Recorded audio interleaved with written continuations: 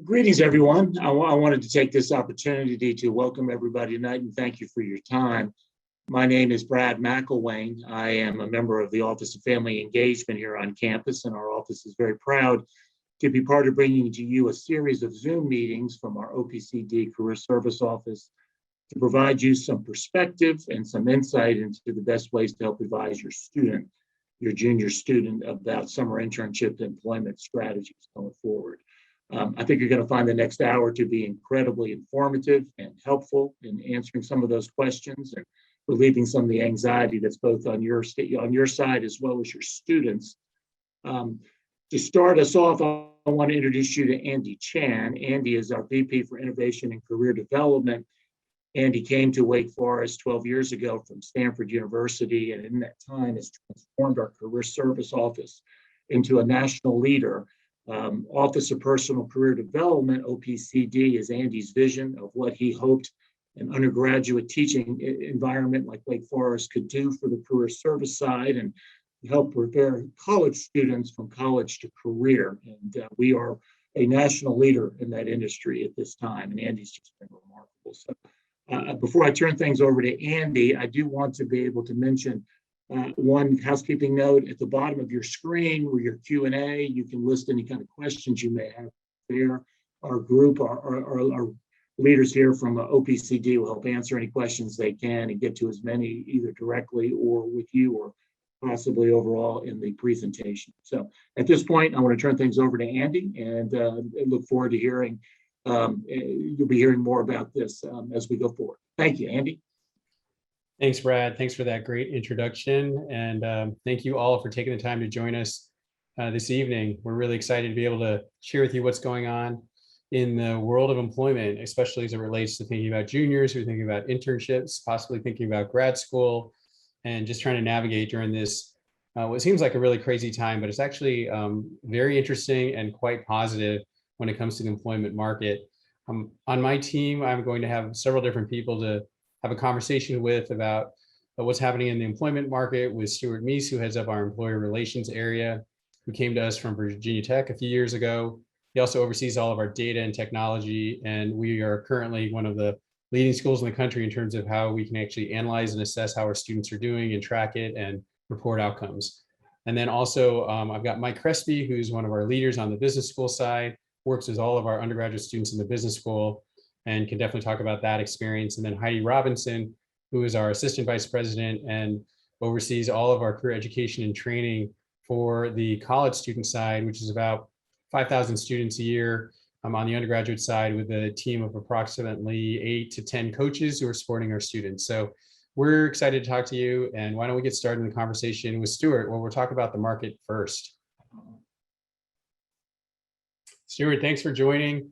And maybe we can start right away. Let's talk about what's going on in the state of the sort of job internship market for juniors. What are you seeing? And sort of what's hot? Is anything not hot? How are you seeing it right now? Well, welcome everyone. Thanks for spending your time. It is a hot market for any type of entry level, early talent that's out there now. And I just went on our Handshake platform. I looked at how many active internships there are right now, and there's 6,300. Of those, about 1,400 are in what we call our Wake Employer Network. These are companies that we have relationships with, either an account manager or they have recruited with us before, they've hired with us before. So there are plenty of opportunities that are out there available for students at this particular time. That's great, Stuart. Is there any concentration of certain sectors that seem like some are more, I guess, interested in hiring students than others, or is it across the board? Everything's pretty hot right now.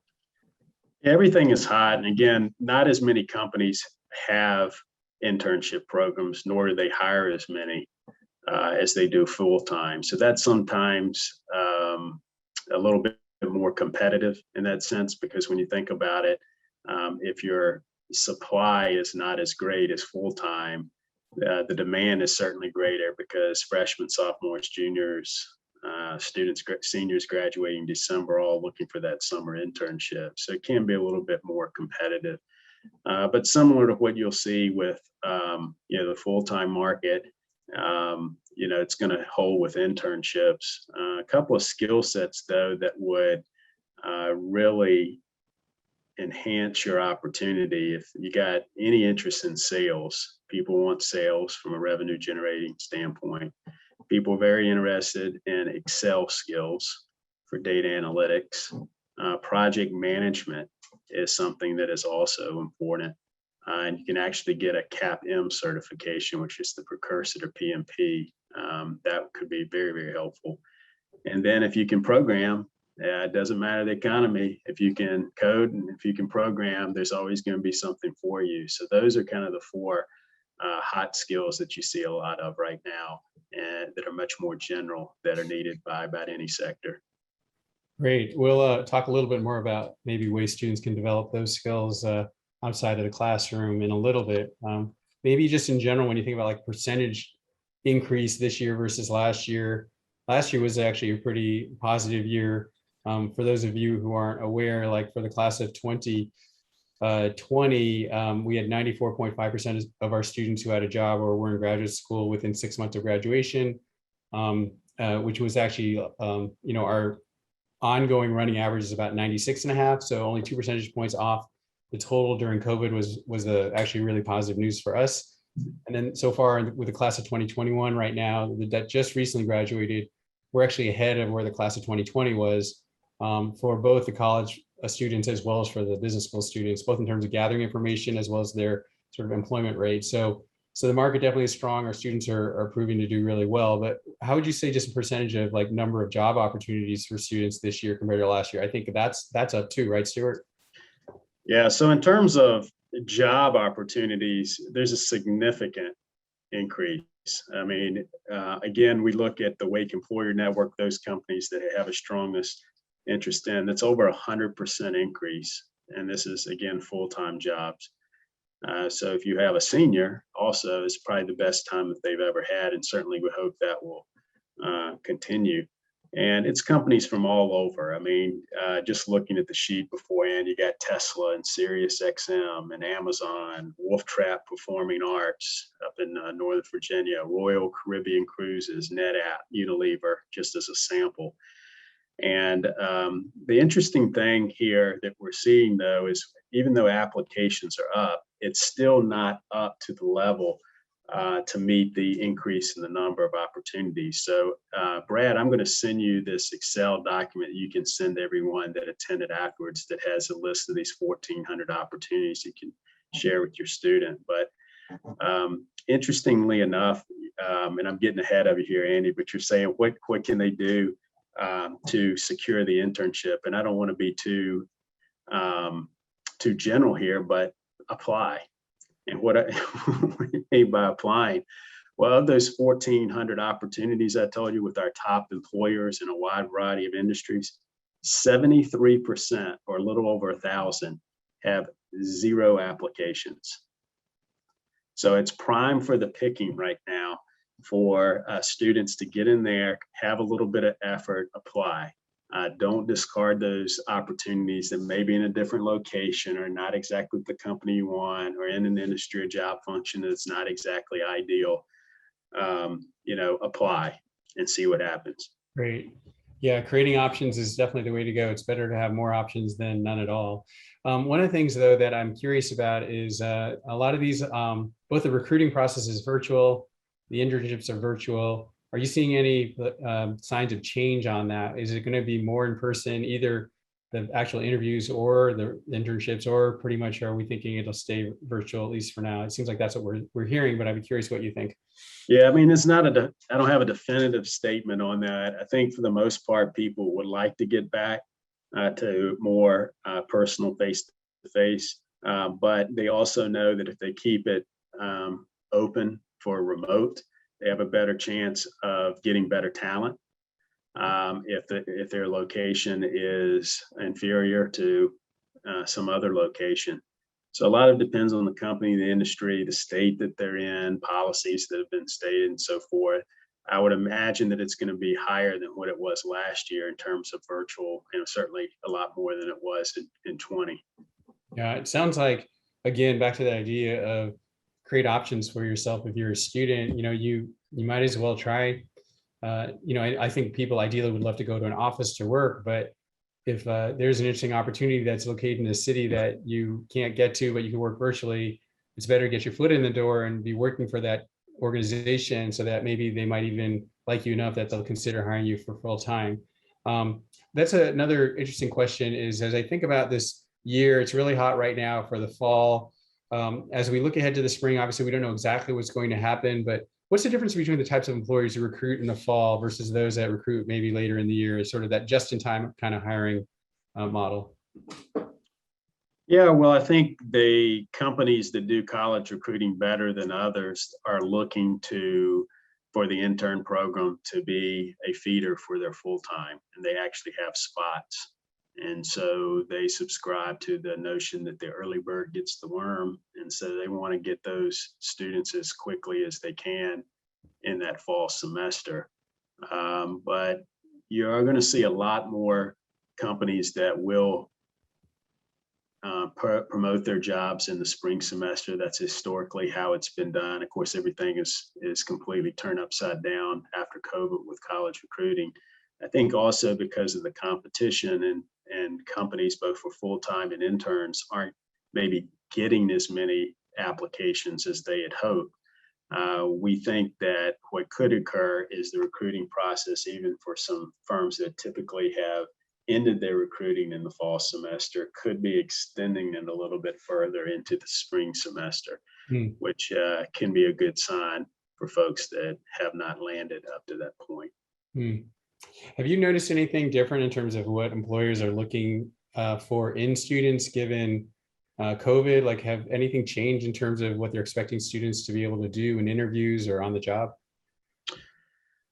I mean, we've talked about this. I mean, the words that you hear all the time is problem solving, grit, and resilience from whatever the situation, that they may be in. That's what they're looking for within their companies that are maybe non-technical skills or non-subject matter skills that they're looking for.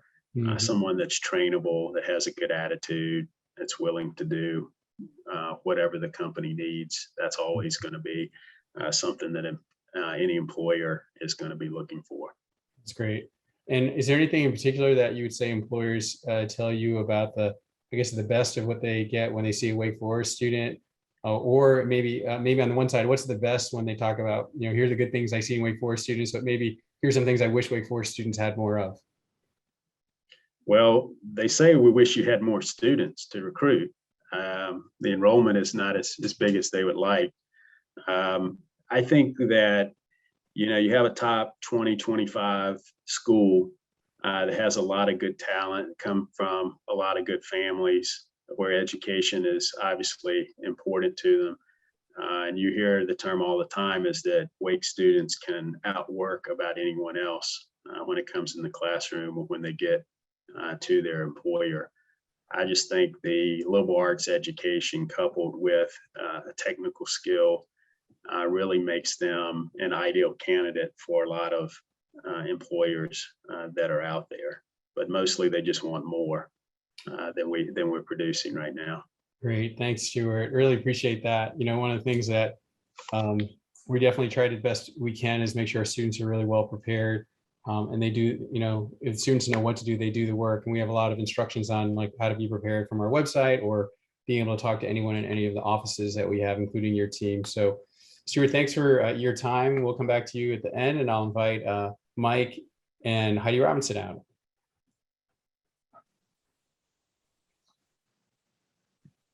All right.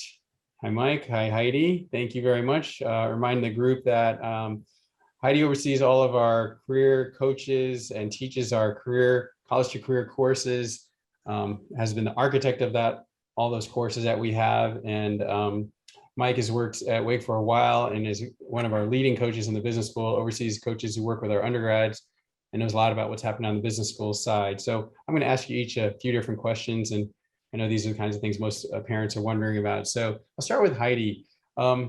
if a junior is looking for internships or should be looking for internships, what sort of steps in the process should they be thinking about right now? I love that question. And I think that that's a great one, that parents can actually be an ally to their students as we think about that. The first thing that I like students to do is to go ahead and begin thinking about their personal branding tools. So that would be resume, LinkedIn. We want their handshake profile to be complete. We want them to go ahead and be able to answer this question, tell me about themselves. And we want them to understand the value of leaning into their network. So those are the big 5 that I want students to be able to do as they begin this process. And the first one is really beginning with that resume. Once we can begin that resume, what we can do is feed that into the handshake profile and then begin finding some of the different opportunities that really align with who that student is and the kinds of things that they're interested in doing for the summer. Great. Mike, do you have anything else you might add on top of that? Yeah, I think one of the things that I would add, a couple things to add is that gets you started, but now's the time to practice virtual interviewing and in-person interviewing, because we're beginning to see that the final rounds sometimes are going back on site, but it always starts with virtual. And even the one way, the weird one, where you just get to talk to a computer and no one's talking back to you. It's very uncomfortable, but we have Interview Stream as a great tool so that students can actually see how they look in that process. And it's really become a very important, but it takes a little practice. It takes a little bit of different way of looking at things, but it's making all the difference. So I would add that, but absolutely what Heidi just said about know who you are, put it on paper so you can get these interviews and get these conversations. But I'd also go back to what Stuart said. Apply. Got to apply for these things in order for people to see your resume. And the other thing too is don't wait. It's happening now. It really is. And I love that you're adding that part, Mike, about apply. And I want students to begin applying across the board. I want them to be applying so broadly that what they're starting to do is to get that interview experience virtually, and then we can help them prepare for the in-person as well. But I want them to both get experience applying and then start to get experience interviewing, even with the things that they're not sure they want. I'd rather have them go ahead and warm up interviewing with some things that aren't their number one, so that when they find that thing that is the most exciting for them, that they're ready to go. I'd just like to add one thing to that. Okay. You got Heidi and I going at the same time. This is good. The decision to apply is not a decision to make. The decision is to choose between offers. And so, sometimes I see students get caught up. I don't know if I should apply or not. Well, if you don't know, apply. Yeah. And so just do it. Agreed. I couldn't agree more. And Andy, Mike, this is so much fun. It's always fun to do a duet with you, especially about internships and applications. Students often get hung up when they look at that job description. And what they do is they think, well, if I don't have, 70 to 90% of those experiences and skills, I won't apply. And what I always say to them is that don't say no to yourself. If you've got about 50% of those experiences, go ahead and apply. The world's going to say no to us plenty on a whole host of different things. Do not say no to yourself. And so going ahead and applying, to Mike's point, the question is not should you apply, it is apply, and to be brave and go ahead and do that, even when you're not sure that you have 100% of those things. No one's looking for that. They're looking for you and for your talent. I agree with you both completely, and we'll say that it is important that you have your materials in good shape. Sometimes when students will show us their resumes or LinkedIn profile, or even their handshake profile, they just haven't completed it in a way that makes them shine as well as they could. And so can't emphasize enough that going to a resume review workshop or drop-in hours, seeing a coach, it doesn't matter who you see. You need someone to look at it that is more than just you or your classmates or even your parents. There are just certain things now in resumes and profiles that are the keywords and the key formats to put into a resume that will make it incredibly professional. Otherwise, you might end up applying with less than perfect materials, and then you wonder why you don't get anything. It's because you didn't just look as good as you really are. And in fact, Andy, I had an example of that last week. A student kept saying, I'm not sure why I'm not getting anything. And I said, shoot, let's look at that resume. And then I thought, well, there's a better way that we can go ahead and showcase who you are and the experiences that you have. Yeah. And it's hard to know that by looking at your own documents. So we have this saying up here in the OPCD, we say 100% of resumes are improved by having a resume review. We can guarantee that. Yeah. And then the other not joke, but the other thing we've been telling students is 15 minutes could be the difference between getting the internship and not getting the internship. So it's worth dropping by for a resume review or an appointment up here. Yes. Heidi, you just said something really important. I mean, really, really important. If you're not getting interviews, then there's probably a challenge with your resume. If you're getting interviews, but you're not getting offers, then we got a challenge with interviewing skills. So they all play off each other on what the outcome is. So if you hear that from your student, direct them to us so that we can help them overcome that hurdle. And if I was diagnosing one other piece of that, Mike, it would be, I'm not getting interviews. Well, how many things have you applied to? I've applied to 3 different things. Shoot, we've got to go ahead and expand that because we really want a broad range of applications out there. And the facts are these. Students say, well, I'm not sure if I want that. The flip side of that is we're not sure that you don't want that. And so we should go ahead and apply while it's there and then go ahead and make the decision after you get an offer. Yeah, that's right on. One of the other things that we collect a lot of data about student activity, and what we do know is that in general, women apply to a lot fewer options than men. So that's one of those things that, again, if you want your daughter to actually have as many options as the guys, apply to more things. We also know that the women make less on average than the men. So that's another thing. If you don't apply to things that, maybe you don't think you're qualified for, but you actually really are, you might actually get paid more. So again, we're trying to do everything we can to sort of, equalize the opportunity for everyone. And we'd love to encourage your child to be very sort of forthright about applying to a lot of things. We can say the same things about students who come from either first generation background or students of color. They generally apply to less than other students. So we actually really want to encourage that in a big way. Let me try to get to another question before we run out of time, since you guys are so good at building off each other. But let's just talk really briefly about if you're like an international student, maybe Mike, how might they think about internships and summer work? What are the important things for them to do, and how can we help them? So great question, Andy. Thank you for asking that. International students have such great talent to offer to employers. Oftentimes it's language and culture than it is analytics and marketing. Because if you have a global company, they're looking for language skills. They're looking for things that they can do in the culture. So it's kind of work with the career office, the OPCD, and in the business school to help put together that story to make it work. The International Student Scholar Services Division, ISSS, out of the Center of Global Programs, is a key office for international students. They work with us and we work with them very closely on programming to help students with the culture differences when it comes to networking, interviewing, resumes, and those other things. I think that the part of this key is, yes, we have employers list whether they're open to sponsorship. And what that means is even for an internship, it's sponsorship now or in the future. That's what that means. And getting ready with the curricular practical training, which is related to your major, understanding what that requirement is. And then the other thing that we have too for the students is helping them work through a couple of great resources. Going Global is one that helps in that space of sponsorship. And the other one that I have found is not utilized as well as it could be is the ZSR library and the databases that are out there. So lots of people to help put together the strategy and help the strategy to make it work.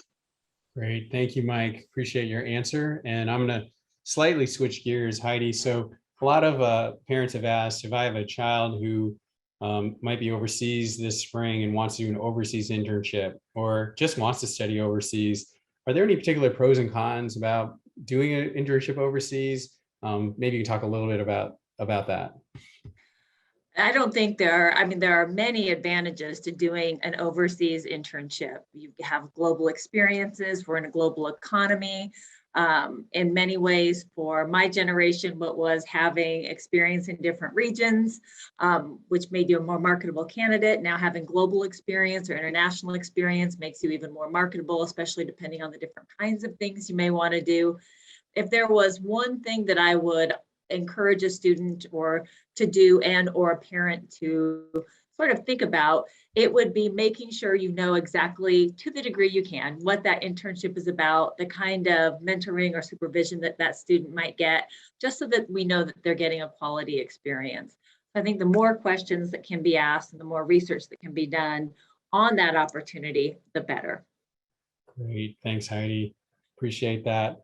You know, it's great. I think if you can get an international internship, that's amazing. It's hard to get. They're not easy to get. I mean, that's the reality. It's not like there are a lot of international employers who are just looking for Americans to come work for them. I think that's just a really hard thing to do. But I do think there can be pros and cons, but you definitely need to sort of sort it out and evaluate it clearly. There's another question that came up, Mike, just about paid versus unpaid. And maybe can you speak a little bit to how should students think about that, the trade-offs of taking a paid versus unpaid internship? Great question. In the business school, of course, I am like, I think you should be paid for work. And, but there are industries that if your student wants to be in a specific industry, they will be unpaid. I think it's about the experience. It's not about the paycheck. It's about gaining great experiences, gaining the network to get in the industry that you want. And I think that's what drives that decision. And at the same time, there are some scholarship available that can help offset some expenses. Yep, that's fair. We actually have so there's a fund for students who if they have financial needs, they can apply. There's a fund, it's called the Kirby Opportunity and Access Fund. That students can get some money for unpaid internships. And then also in the business school, if you have an international internship, I think we have some small funding for that type of thing. I think sort of related to the question that just came up was summer internship versus summer semester abroad. I do think it's in a way the same idea. It's like, so what's the experience that you really want to gain? What do you really want to learn? Are you actually thinking your junior year is an opportune time to gain some work experiences, learn what it's like to work in an organization, be able to actually make some professional connections that could lead to an opportunity for your senior year? If that's actually the goal, then working is actually going to be better than doing school. I think that school is valuable, it's helpful, but it might be better to have done it sophomore summer or your summer after your first year than your junior year. Would you all agree with that or have any other thoughts on that, Mike? I would add two things. One, sometimes on these summer study abroad, there is a work component that you can do part-time. The other thing that I think that students sometimes forget is they're actually going to be home for 4 weeks after the summer experience.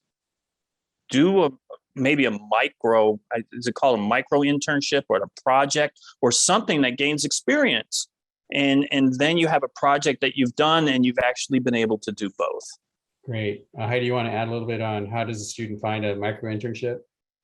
Oh gosh, there are some wonderful ways to have and find a micro internship. One site that we love is Parker Dewey. And Parker Dewey, there are a lot of startups who are posting different projects that they need done. They need completed, and without much staff of their own, they want to go ahead and find talent. Well, who wouldn't want to hire Wake Forest talent?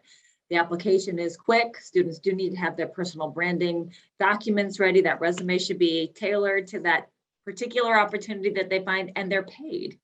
They typically are bound by time. So it's a 2-week, it's a 1 week, it's a 12-hour, it's a 1 hour.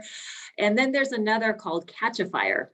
Similar concept, project-based, but it is for nonprofits, and students can go ahead and enter the kinds of things and causes that matter to them, the skills they want to use, and be matched with a project and a nonprofit that needs that support. Either way, paid or unpaid, that is professional experience that we will go ahead and add to that resume, to the LinkedIn, and to the handshake. Oh, and I would add, many family allies may have some of those things as well. One of my students, the father of her best friend from high school offered her a great micro internship just to come in and do some projects in his firm. And that was a really powerful way for her to get some experience. Thanks, Heidi. I have to do a shout out to Patrick. He is trying to keep up with our conversation, and he's just loading up the chat with all these links to all the things we're talking about. So hopefully any of you parents who are out there, you might click on those links and open up your browser windows to see what these different things are. I think we might be able to copy that chat and send it later. So make sure we have a copy of it so people can look at it later, but just want to say thank you. So Heidi, let's switch gears a little bit about thinking about maybe a student who has been thinking about grad school. So they're junior right now, maybe they're thinking about vet, med, law, public policy, public health. What are the kinds of things they might be doing now to think about how to use this next year in the right kind of way to give them the best odds of going to the best school they possibly can? Well, it's time to start thinking about the kinds of entrance exams that will be necessary for the kind of school that they are choosing. Now is a great time, particularly over winter break, to go ahead and begin doing some exam preparation. And of course, there are courses online that you can use. There are books and all sorts of different kinds of resources depending on the learning style of the student. The other thing that they will want to do is go ahead and begin to identify the faculty members who are best able to write their letters of recommendation. The sooner that they're able to establish that, ask that faculty member, provide their resume, the kinds of programs they're interested in, the better that letter will be. And then making sure that they have a plan to go ahead and take those entrance exams prior to or around sometime early in the summer, just to give themselves the best shot. And if they decide that they want to retake something, to go ahead and give themselves a little bit of runway. Great. And then we have, so on our team, our coaches are assigned a bit by major. And so as a result, if the student's in a certain major and thinking about grad school, our coaches might know a good faculty member that they could talk to who could also give them some guidance, or some of these faculty advisors who know about some of these different schools, right? That's right. And in every department, so every major department, there's always a person who is the graduate school advisor. And so there's typically someone that they can talk to there that's very helpful.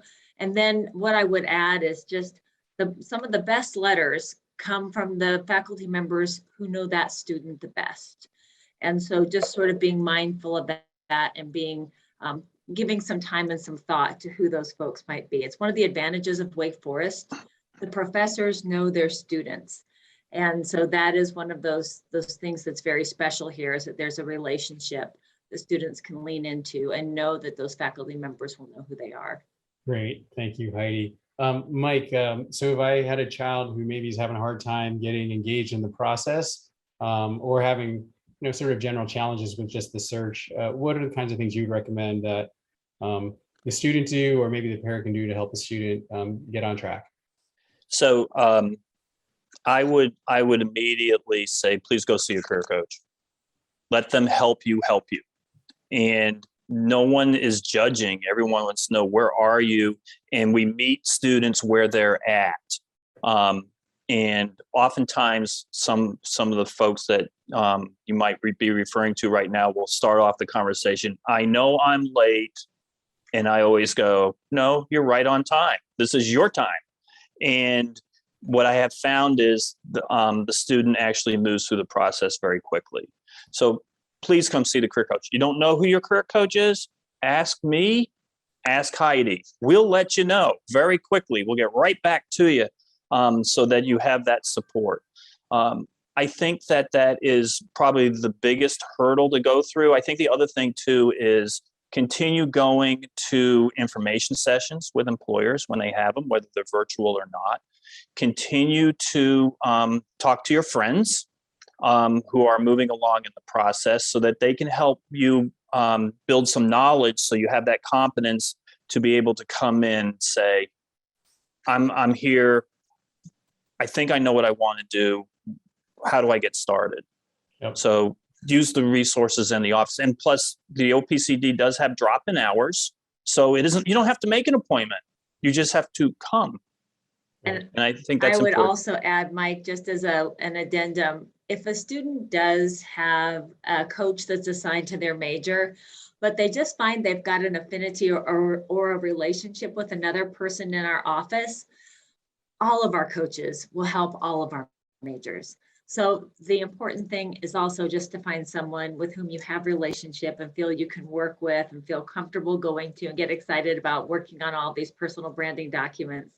And then the last thing that I would add is that on Thursday afternoons from 3:30 until 5:15, we have drop-in office hours.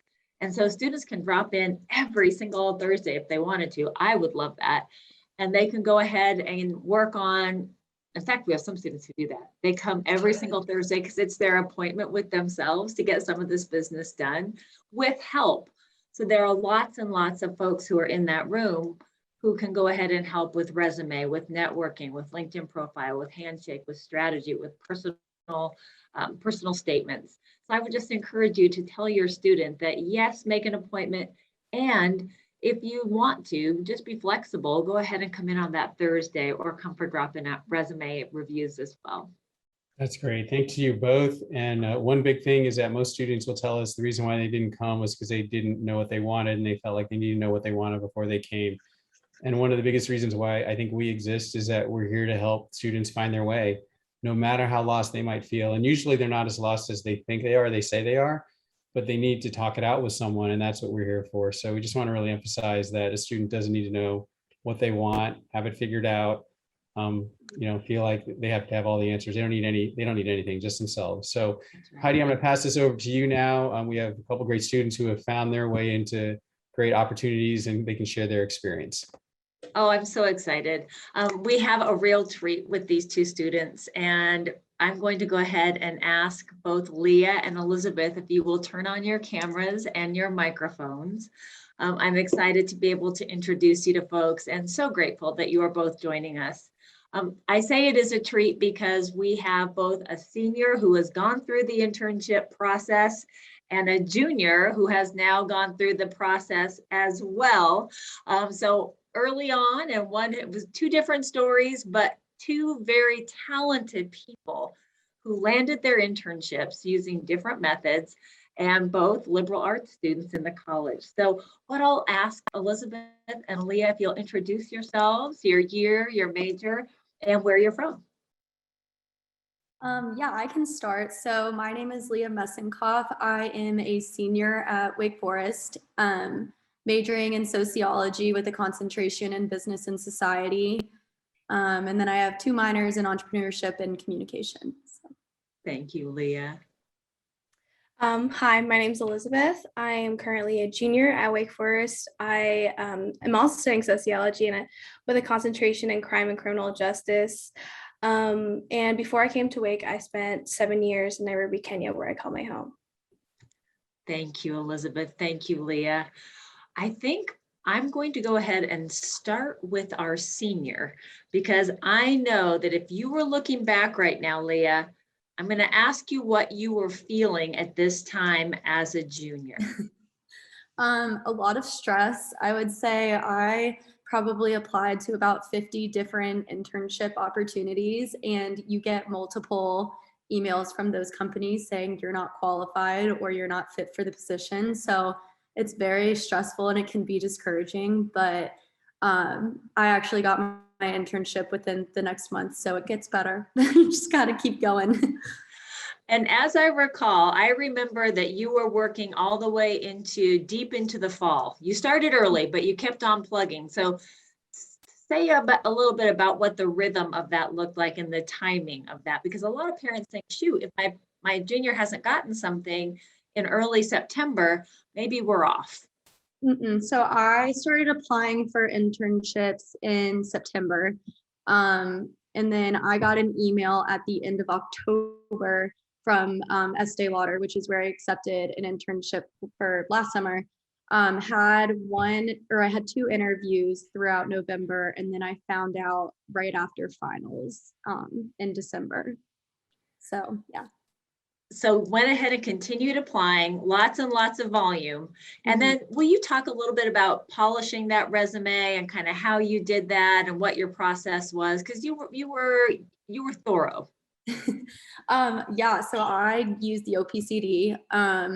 And I know earlier on in the webinar, they mentioned like, even if your student doesn't know what they want to do, they can come to the OPCD and they will help. And I did that too. And I played a game with my career coach where I kind of put my likes and dislikes in different piles. And the other thing that's really great is Handshake. You can go in and put your interests in, and it will actually tell you and pull up jobs that they think you might be interested in. So I would literally check maybe twice a week if new jobs were posted, and would just apply and apply to everything that sounded interesting, even some that didn't sound interesting. Went to the OPC to make sure my resume looked good, my LinkedIn profile looked good. Also, I think I used them to help practice with interviews and stuff. So a lot of good resources. I love that you just mentioned going back in and back into Handshake, because one of the things that we are encouraging students to do is to set up saved searches. Because what students can do is set up a saved search, and it's like having a free career assistant. Yeah. What they start doing is Handshake will start feeding things that students say they're interested in and locations they're interested in, right to their notifying students, and it's just very, very easy. Yes. Leah, thank you. And I'm going to go ahead and pivot over here to Elizabeth. And Elizabeth, let's go ahead and talk about what your process looked like. Yeah, I'm going to use it in past tense right now. I was really, really nervous coming into my junior year because I saw a lot of the students around me. They already have like a lot of plans, or what I thought that they had a lot of plans. And I perceived that like a lot of my friends and like my peers were ahead of me.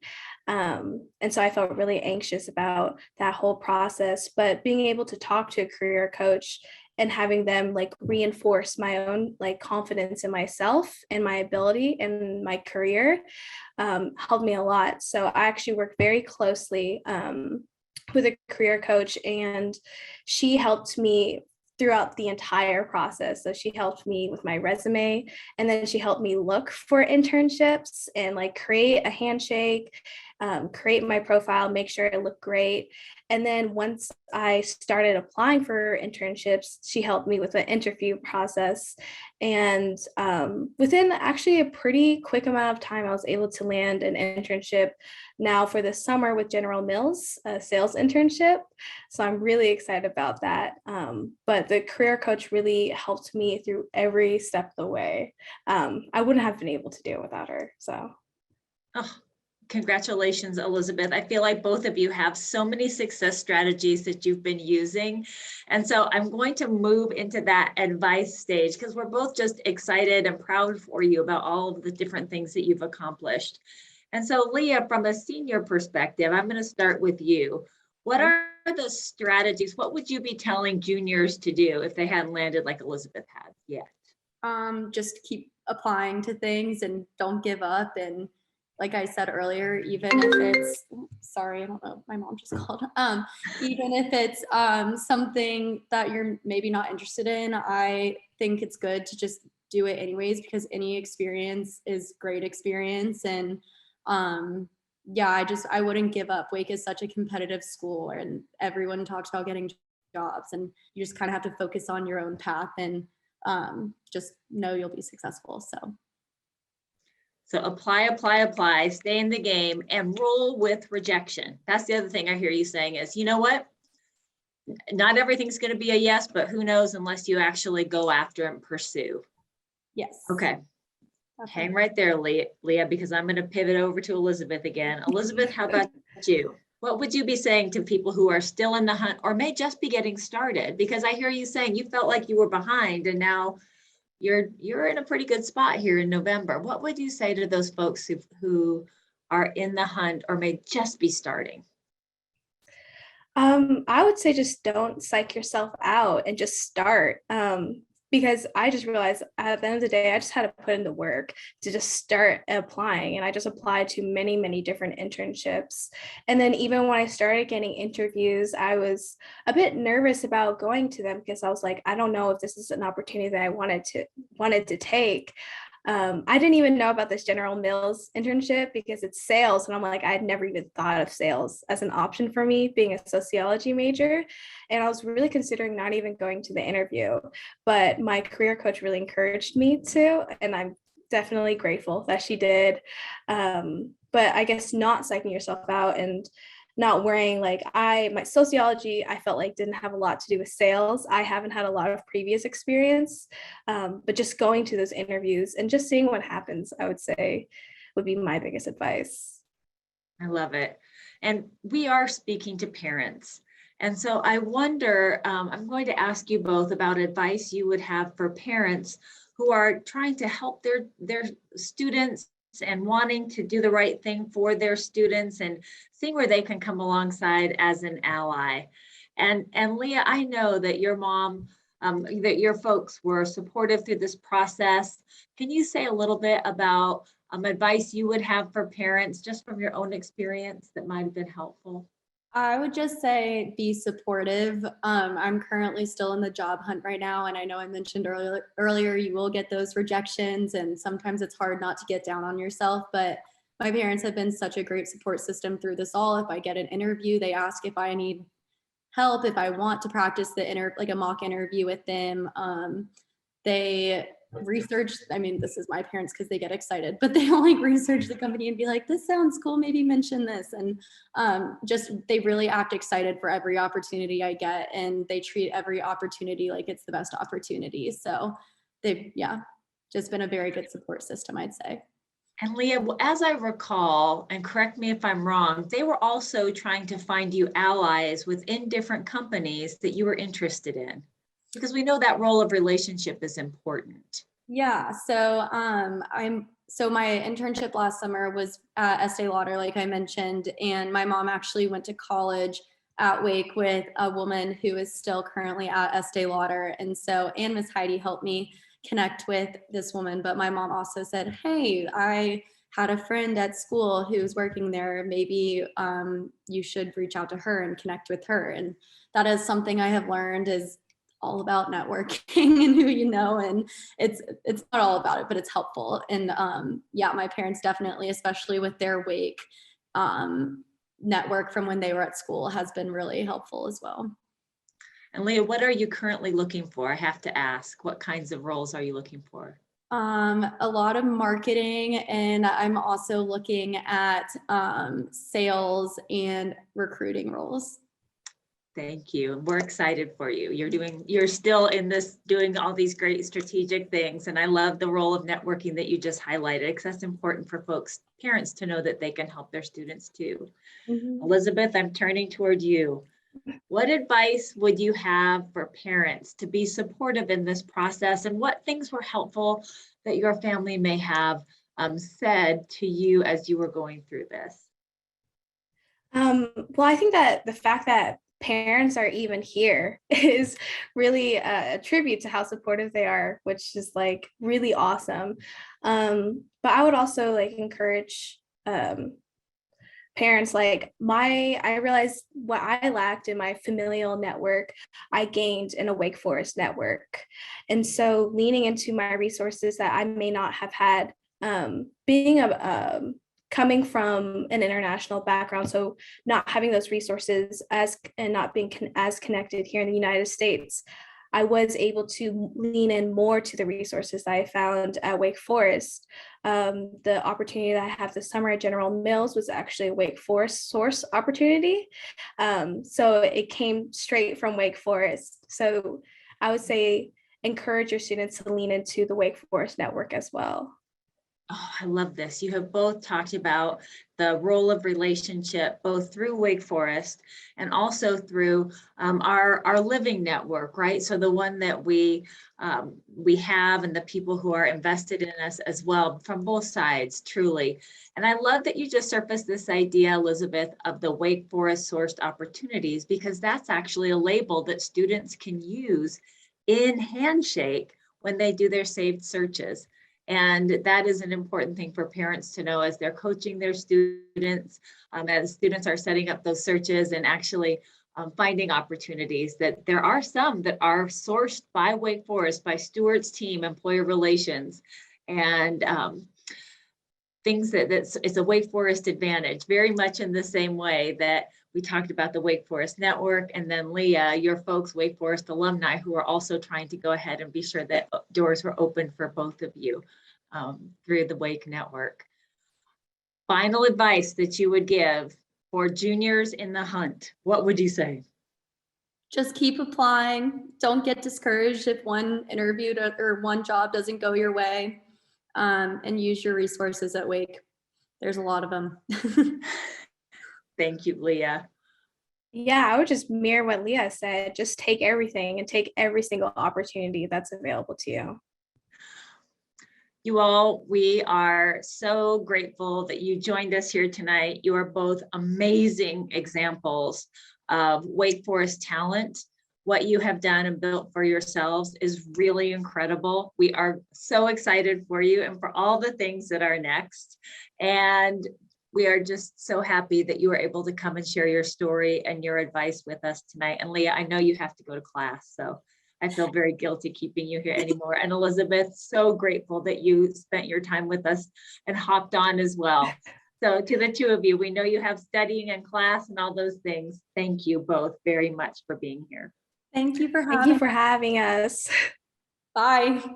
Thank you, Bye, Linda. guys. Thank you, Elizabeth. Those are great examples, as well as just great advice. So couldn't have said it any better.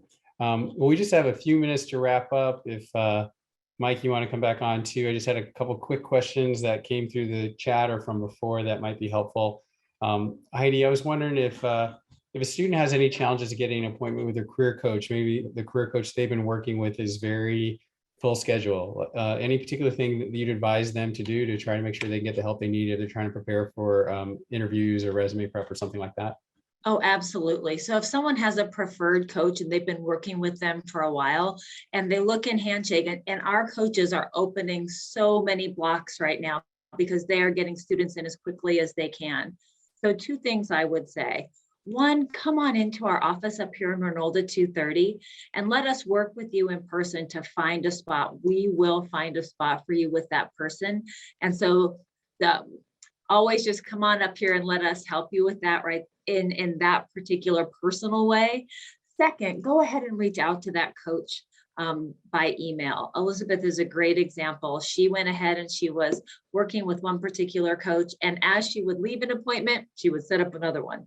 And that way she would always be holding a spot for herself on the schedule. So very wise, and just another sort of strategy. So come here, call, email, and book a return as you're leaving. That's great. Thank you, Heidi. Mike, the BEM program, juniors are supposed to do an internship. If for some reason a student can't get one, is there any particular things we can do to help them? It seems like every year, at this time, it seems a little early to be too worried about that, but I know people are worried that, maybe my student's not going to get an internship. What should they do and what are their options? How should they think about that? So historically, people get internships, but they get them at different times. So what I would say is if a student is having a challenge, they need to work with their career coach earlier. And then if we have to work to help customize, because sometimes an internship is not posted, sometimes it's created. And I think that's the part that as April comes or May comes, oftentimes we're creating internships and they happen. And many of them will happen right at the end of the school term in the spring. So it's, as the students were saying, don't just get discouraged, let's get encouraged and let's look at alternatives and let's work with our team to help guide that process. Great. I Yeah. love that. Oh, excuse me, Andy. I was just going to add to what Mike was saying, which is we want our students to find their fit up here. We have so many different coaches with different styles. And so letting students go ahead and if they have an appointment with one coach and they think that they want another, that's a-okay with us. What we really want is for that student to go ahead, find the person with whom they can go ahead and move forward and find the opportunity that matters to them. Great, thanks, Heidi. A parent asked about the Peace Corps, sort of these 2-year service programs, things like that. Do we have actually more information like on our website or programs like that that students can learn about? We do. So I would say that looking under gap year can be a very exciting place to find some things. And there's a website that's called Idealist. And that's another spot where there are different kinds of opportunities that may be either in the nonprofit or NGO space. So that would be a couple places that I would go ahead and tell students to go ahead and start looking. Of course, there's Teach for America, which Teach for America, AmeriCorps, they love Wake Forest. And so students may want to check that if they're interested in those kinds of opportunities and have expressed that at all in their Handshake profile, they should check their messages. I was working with a junior the other day, and Teach for America had written a very warm and friendly email because they love to have our students. Mike, I looked like you were about to say something too. No, I was going to add Teach for America because it does make a huge difference, not only for the student, but there's real impact in that program. And they do enjoy having Wake Forest students. Great. Mike, there's one thing we've talked about before is what things should a student do to make the most of their summer experience? So that's a great question. Because now we move into professional skills. And I think what it is go in, not only learn your job, learn as many other people's jobs while you're there. We heard networking to get an internship. Well, some of the best networking is when you're inside. And that way you know what everyone else has done and you're beginning to build that network inside the organization. Do great work. And I would add, Mike, oh, go ahead. You were about to add something. No, go ahead. Too.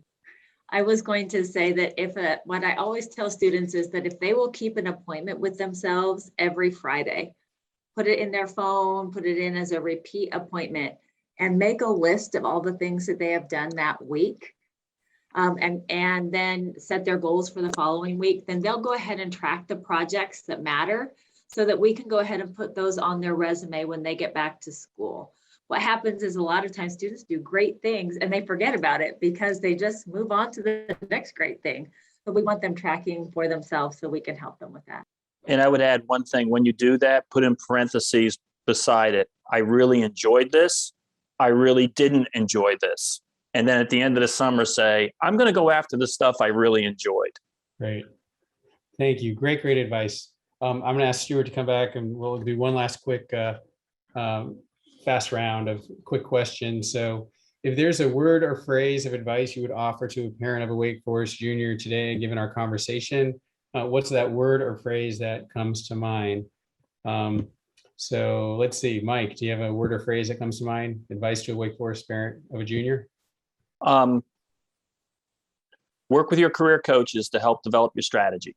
All right, there you go. Work with a career coach and don't be picky about it. There's so many of them that we have. You're not allocated to one and have to stick with them. So that's great. Heidi. Prepare, persist, apply. I probably just took yours, Stuart Meese, but you can say it again because I think we can't say it enough. Apply broadly and be sure that you have all those personal branding documents ready to go. Again, if PPAAA. Yeah. Prepare, persist, apply. PPAAA. I like it. Okay. All right. How about you, Stuart? Relax. The market is good. The internship's not the final destination. The job is. There you go. That's it, Stuart. Very good. And I will say, be encouraging. Your student is doing great things. That by getting into Wake Forest, they picked a school that they're developing themselves in great ways. We have tons of resources to help them. And sometimes it takes a little while for the light to come on or for them to get motivated, but when they do, it happens really quickly. So whatever you can do to just push them our way gently, we will help them and we'll be there for them from the moment they get to us and even after they graduate. So if for some reason they're still looking and need more help after they've left, we're here for them too. All right, Brad, we'll pass it over to you. Andy, thank you, and thank your team for the great information and the insights that you guys provided. Especially want to thank the two students, Elizabeth and Leah, for their insight, because the number one factor seems like persist and apply and to take advantage of the resources that are around you. And I think tonight's program demonstrates perfectly just how available those resources are here at Wake Forest. So we want to thank you for that. I want to let everybody know that this program tonight is being recorded, has been recorded. We'll let you know at some point this week the exact link that you can turn to be able to get that recording. We'll also send you out that list that Stuart referenced earlier that shows you that 1,400 different internship possibilities that you could look at. So that's a lot that you can kind of digest. But thank you so much, everybody, for your time. Andy and your team, thank you for all you do for Wake Forest and your students. And go Deeks. Go Deeks. Deeks. Thanks, Elizabeth. Bye, Thanks, everyone. everyone.